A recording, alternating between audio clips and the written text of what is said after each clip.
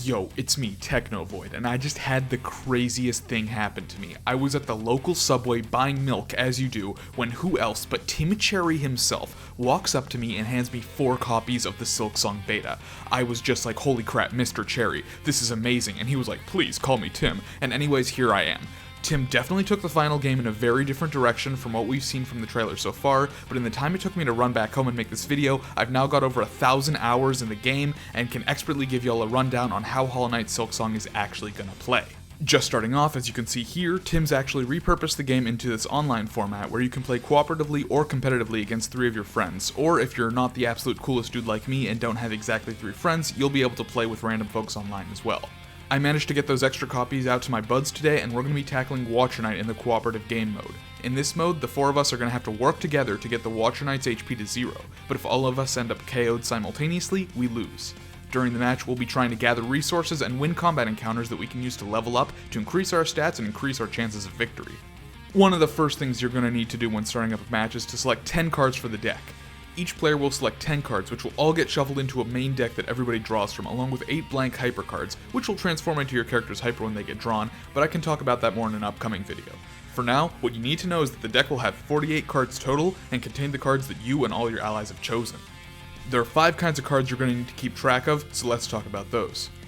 Battle cards are cards that can be used at the start of combat and will generally have some effect on one or both of the player's combat stats, dealing or negating damage, or changing the duration of combat.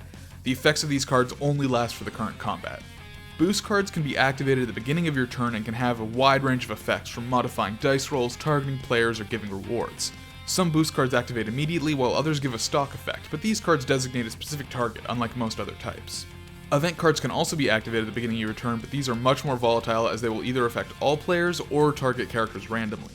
These cards can be pretty chaotic and dramatically turn a match around with effects like card theft and warping. Gift cards will only provide their effect while they are held and are always active. Using these cards discards them, but some gift cards will also be lost when you are KO'd.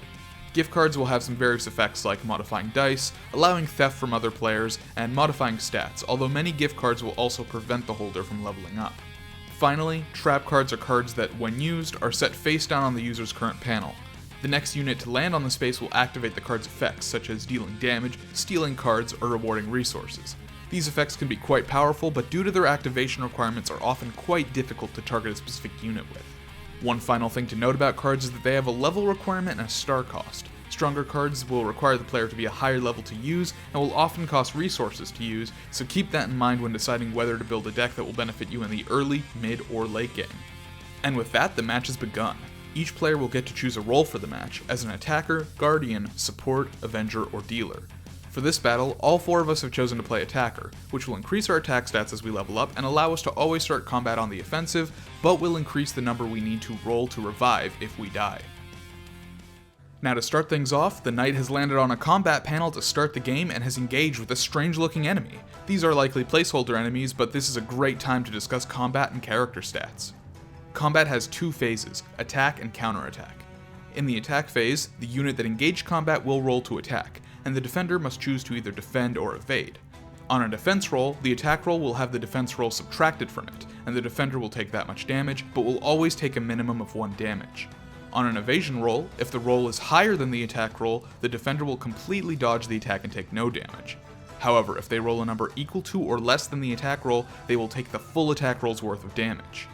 Each character has a different stat spread that will modify their dice on attack, defense, and evasion.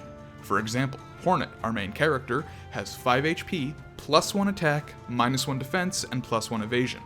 This means that all her attack and evade rolls will have 1 added to the die, and defense rolls will have 1 subtracted from them. Hornet also has a recovery roll of 6, that meaning that when her HP hits 0, she'll be KO'd and out of commission until she rolls a 6. Luckily, every time you fail a recovery roll, the requirement to get back up will go down by 1. Now back to the battle. The knight rolls a 5 on attack, boosted to a 6 thanks to its attack modifier. Unfortunately for us, this crab has some beefy defenses and rolls a 5, only taking 1 damage. Now it's time for the counterattack. The crab rolls a 3 thanks to its negative attack modifier. To evade and take no damage, the knight will have to roll a 3+1 here, which means they have a 50% chance of avoiding the hit entirely. Instead, they choose to play it safe with a defend roll, and good call there because they roll a 2, which after modifiers means they take 2 damage. Had they evaded there, they would have only rolled a 3 total and taken the full 3 damage from the attack. Now Grim here has the opportunity to attack the boss directly and then land on a boss panel, giving them 2 fights against the boss. Normally, a player will attack first when initiating combat on the field, but will move second when landing on a boss space. However, since Grim has chosen the attacker role, they will always go first in combat. Regardless, 2 back-to-back fights with the Watcher Knight seems a bit too risky for Grim, so he goes to get revenge on the crab from earlier. He sees a 50% chance to evade the hit again and goes for it, but doesn't quite roll high enough and takes the full damage. Moving over to Hornet, she starts the game with Cloud of Seagulls, an event card with no level requirement or cost. It will either hit the boss for 2 damage or Hornet for 2 damage, so she takes the chance and loses the coin flip, dealing 2 damage to herself. She then chooses to stop on the Knight's home panel to heal back up. The Hollow Knight chooses to land on a draw panel and get another card from the deck. With everyone having gone, the Watcher Knight now takes its turn. It leads off the turn by healing 1 HP, but fails to do so since it hasn't taken any damage yet. The Watcher Knight will use a card every turn, which it telegraphs at the end of its current turn. It looks like on its next turn, the Watcher Knight will hit itself for 1 HP, which is very fortunate for the team, but the longer the battle goes on, the more and more dangerous its attacks will get. Finally, with the turn over, the team gets 1 star passively. While landing on the golden bonus spaces and killing enemies will be the best way to gain stars, the passive gain will ramp up the longer the game goes on as well.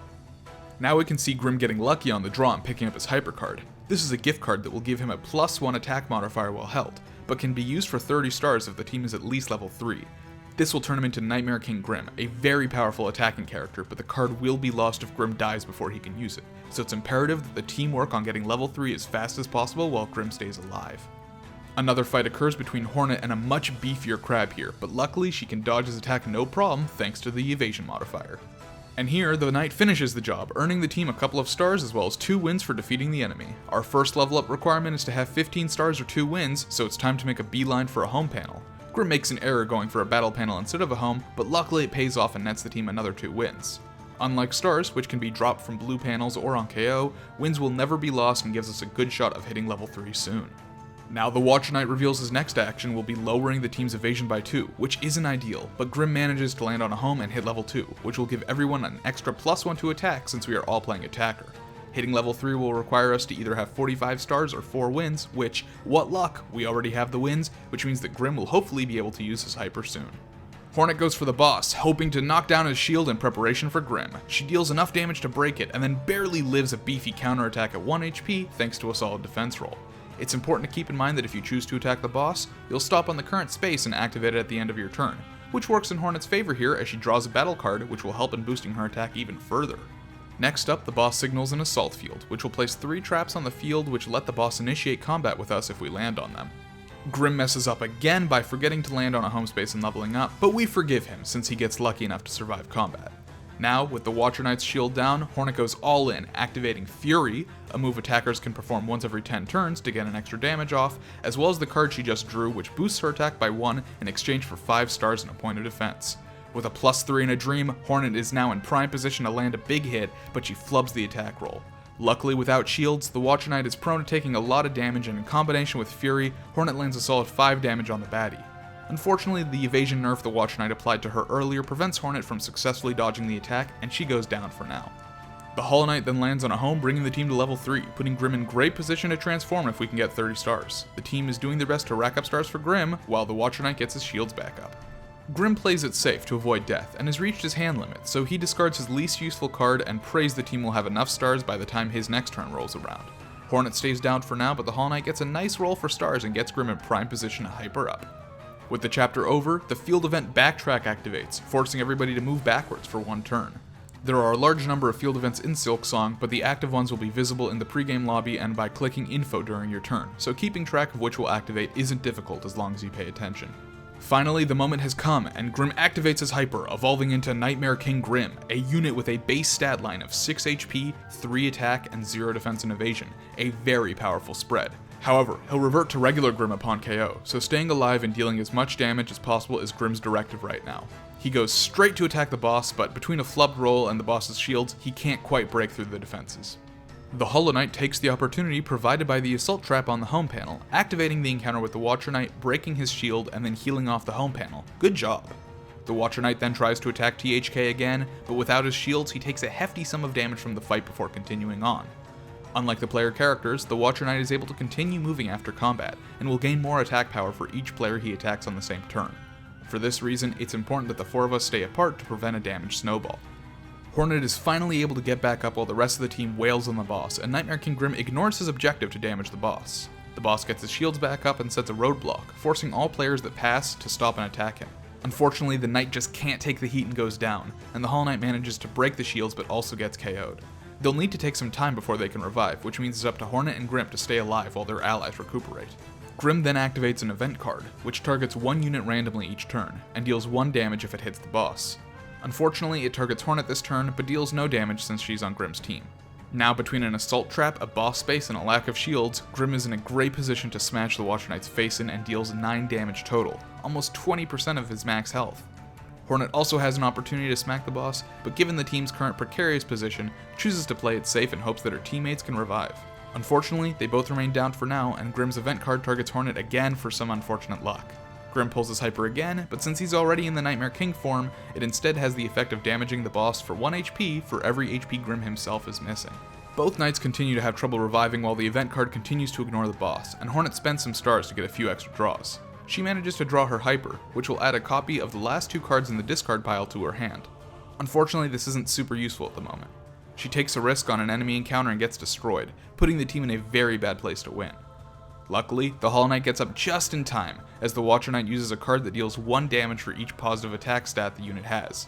With the Nightmare King's 3 HP and 3 attack, he goes straight down, and the Hollow Knight is immediately knocked to half of his total health. The Knight manages to get up just as another Balanced Currents takes out the Hollow Knight again. He's on the run to survive while the team desperately struggles to recover as the Watcher Knight takes over the game.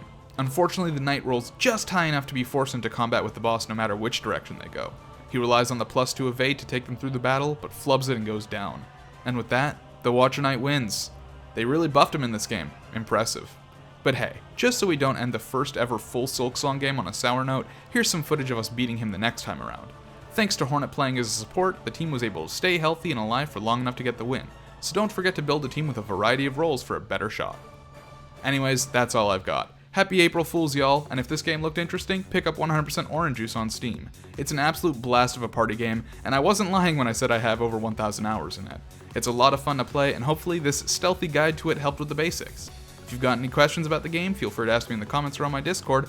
I'm always happy to help out new players, and if you just want Silksong news, well, yeah, me too. Hopefully within our lifetimes. I've been Technovoid, and enjoy the rest of your wonderful day.